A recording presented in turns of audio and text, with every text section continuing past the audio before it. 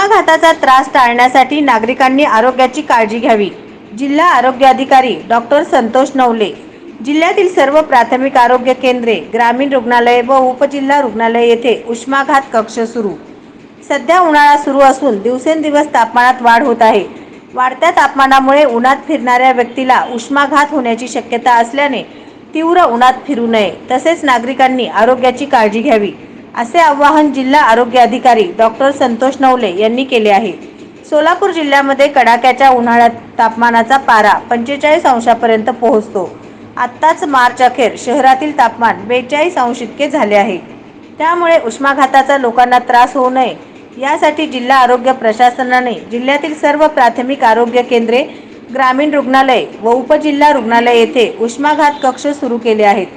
प्रत्येक कक्षात लागणाऱ्या प्राथमिक गरजेची पूर्तता करण्यात आली आहे.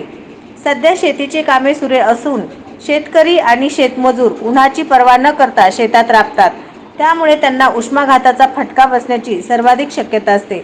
अशा रुग्णांना त्वरित उपचार मिळावेत यासाठी आरोग्य विभागाने जिल्ह्यात सर्व प्राथमिक आरोग्य केंद्रे, ग्रामीण रुग्णालये व उपजिल्हा रुग्णालय येथे स्वतंत्र उष्माघात कक्ष सुरू केले आहेत.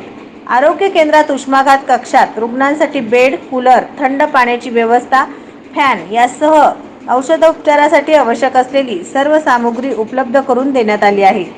तसेच वाढत्या उष्णतेमुळे निर्माण होणाऱ्या आजारांसह होणाऱ्या दुष्परिणामाबाबत जनजागृतीही करण्यात येत आहे. उष्माघात होण्याची कारणे शारीरिक श्रमाची, अंग मेहनतीची व कष्टाची कामे करणे, कारखान्याच्या बॉयलर रूममध्ये काम करणे, काच कारखान्यात काम करणे, जास्त तापमानाच्या खोलीमध्ये काम करणे, घट्ट कपड्यांचा वापर करणे, अशा प्रत्यक्ष उष्णतेशी अथवा तापमानातील वाढत्या परिस्थितीशी सतत संपर्क येण्याने उष्माघात होऊ शकतो. लक्षणे: मळमळ, उलटी, हातपायात गोळे येणे, थकवा येणे, 40 डिग्री सेल्सिअस पेक्षा जास्त ताप येणे, त्वचा गरम होणे व कोरडी पडणे, क्वचित लाल होणे, घाम न येणे, डिहायड्रेशन, चक्कर येणे, निरुत्साही वाटणे, डोके दुखणे, छातीत धडधड होणे, रक्तदाब वाढणे, मानसिक अस्वस्थता, बेशुद्ध अवस्था व अतिजोखमीच्या व्यक्ती, बालके, लहान मुले, खेळाडू, सतत उन्हात काम करणाऱ्या व्यक्ती, वयस्कर व्यक्ती ज्यांना हृदयरोग, फुफ्फुसाचे विकार, मूत्रपिंडाचे विकार. प्रतिबंधात्मक उपाय: वाढत्या तापमानात फार वेळ कष्टाची कामे करणे टाळणे व शक्य असल्यास थोड्या वेळाने सावलीत विश्रांती घेऊन पुन्हा काम करावे. कष्टाची कामे सकाळी लवकर अथवा संध्याकाळी कमी तापमान असताना करावीत. उष्णता शोषून घेणारे कपडे काळ्या किंवा भडक रंगाचे वापरू नयेत. सैल, पांढरे किंवा फिकट रंगाचे सुती कपडे वापरावेत. तीव्र उन्हाच्या वेळेस बाहेर जाणे टाळावे. बाहेर प्रवासाला जाताना पाणी सोबत ठेवावे. पाणी भरपूर प्यावे. डिहायड्रेशन होऊ देऊ नये. लिंबू सरबत, लस्सी, ताक, नारळ पाणी इत्यादी प्यावे.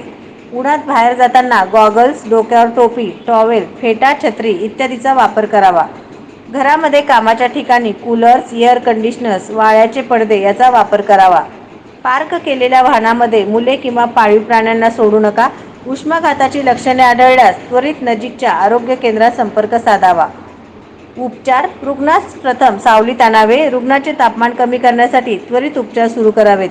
रुग्णाचे कपडे सैल करून त्वरित अंग थंड पाण्याने शरीराचे तापमान कमी होईपर्यंत पुसत राहावे. रुग्णास हवेशीर व थंड खोलीत ठेवावे. खोलीतील पंखे, कूलर्स, एअर कंडिशनर्स त्वरित चालू करावेत.